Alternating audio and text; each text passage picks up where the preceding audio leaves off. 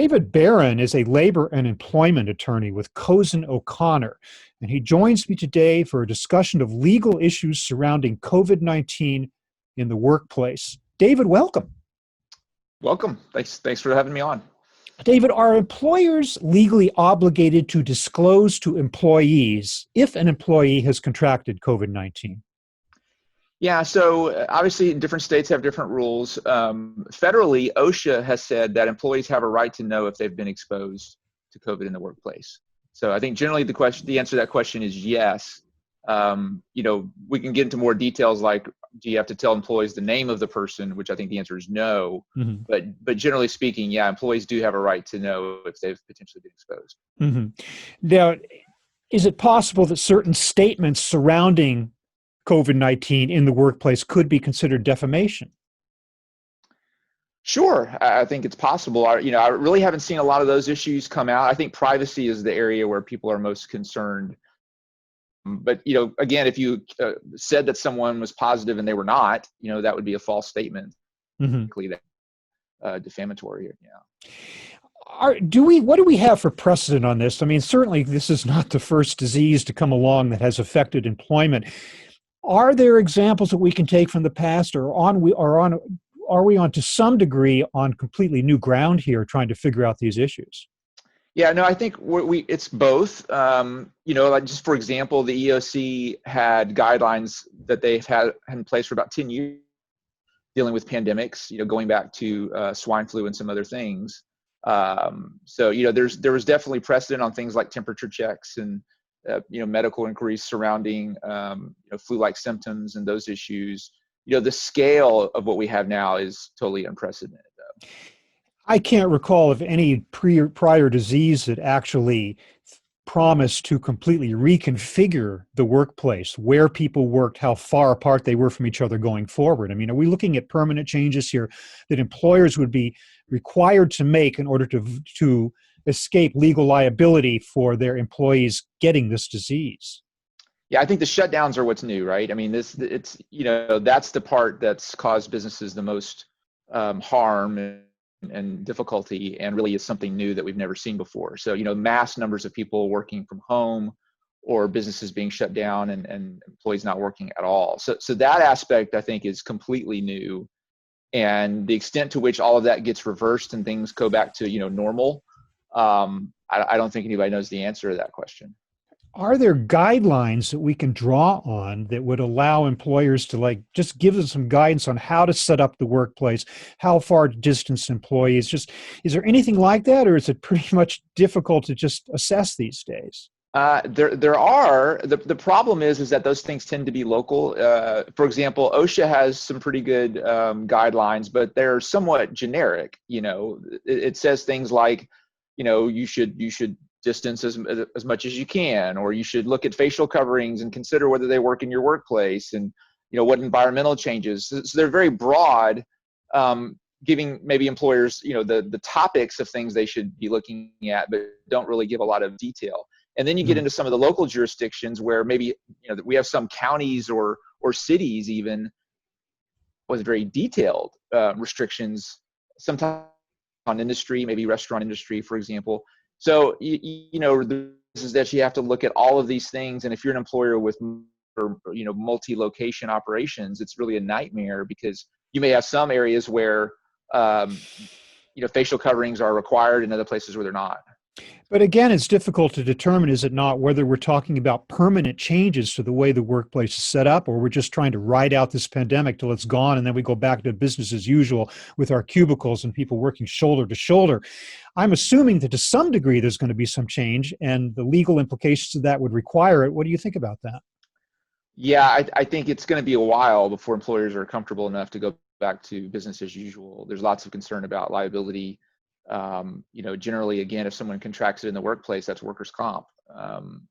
So lawsuits, workers' comp claims, OSHA complaints, those are all things that employers are very, very worried about right now. What about employees who might falsely claim to have COVID-19? Well, I mean, again, I think it depends on the circumstances there. We have seen employees trying to take advantage of the system and work the system, maybe to get time off. There's the new Families First Coronavirus Response Act, which allows up to 2 weeks of paid federal sick leave. So, Hmm.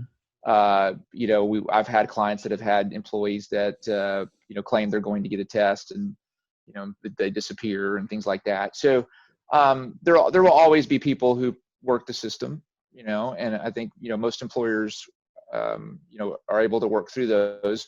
I think that number is relatively small, hopefully that won't be a large number of folks out there. Again, to get back to the issue of people talking about it in the workplace, I'm wondering, can an employee actually be terminated for talking about another employee's exposure to COVID-19? Yeah. So, right now, I want companies to be flexible because, again, we're in unprecedented waters. The simple answer is yes. I mean, that's a violation of policy like any other violation. So, if you have a privacy policy, and for example, if you had a manager and you shared information with that manager because they had a need to know, and then that manager was gossiping around the workplace and telling other folks who didn't have a need to know, that's a violation of policy. Now, is that a coaching situation? Is that a write-up, termination? That's a business decision.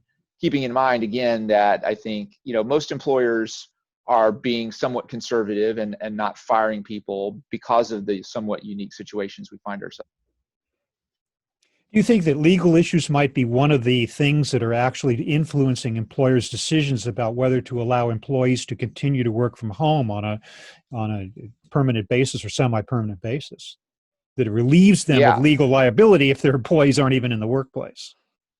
I think it cuts both ways. There's having employees work at home. There's disadvantages. I think, employers that are trying to get people back into the workplace who feel like, the efficiency is better inside the workplace are struggling because people don't want to come back and they're afraid to come back, and maybe they like working from home. The precedent, before this, people would ask for work from home and employers would say no. Say, no, it's an essential function for you to be in the workplace and we don't have to accommodate your request to work from home. Now, after all of this, it's going to be very hard to ever say no to an employee who requests an accommodation like that. It's going to be exceedingly difficult because you've established as a country the precedent of that it is reasonable and it does work.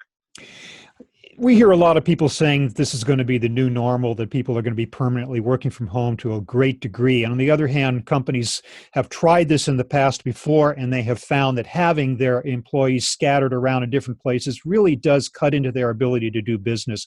The interaction between employees and the workplace being so important. So I'm wondering, to certain points where you just have to kind of let the legal implications sort of fade away in order to figure out what's best for your business, right? How do you even achieve that balance? Yeah, and I think every company is different, and I suspect that companies will, jobs can be better done at home, or the impact is smaller. There's jobs that just need to be contact, right? I mean, I have clients that Mhm. have outside sales. If you're an outside salesperson, now's a really tough time. You can't go visit clients. So, there are going to be types of jobs that really don't work on a remote basis. Then I think, many companies will discover that there are other types of jobs that maybe it is fine to do at home, and the efficiencies of having those people in the workplace are not as great. So I think every company is going to skin that cat a little differently. But, again, I think, it's going to, is this a 3 month more? Are we talking about another year? I think the longer it goes on, the harder it will be to reverse it. It must be so difficult to advise your clients with all that uncertainty surrounding this issue. So what is the big piece of advice, or what are the big tips or best practices that you find yourself repeatedly telling your clients in order to prepare themselves, protect themselves, and be ready for whatever happens in the future?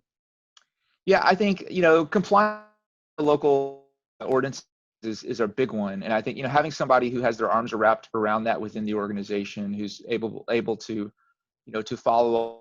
They are changing. I mean, I'm in Texas, and we were doing great for 3 months, and then everything went the other way. So now we've been tightening down while other states are loosening up. So again, Mhm. if you're in a multi-state type of organization, it's really hard to keep your arms around that. So I think that's just monitoring all the different situations if you have very, very varying offices. And the other thing is avoiding sort of the nightmare scenario. So, taking the COVID cases seriously, doing the contact tracing, having people self-quarantine so that you don't end up with a large number of people in your workplace who are sick. Because that's really what most employers are trying to avoid. One here, one there is not that big of a deal. Having half of your workforce that's sick at the same time, that's a Yeah. big problem. So even if the outside world begins opening up, I'm thinking that employers themselves might have stricter rules for the workplace than the public at large, right? It would be probably wise to do that going forward for at least a while.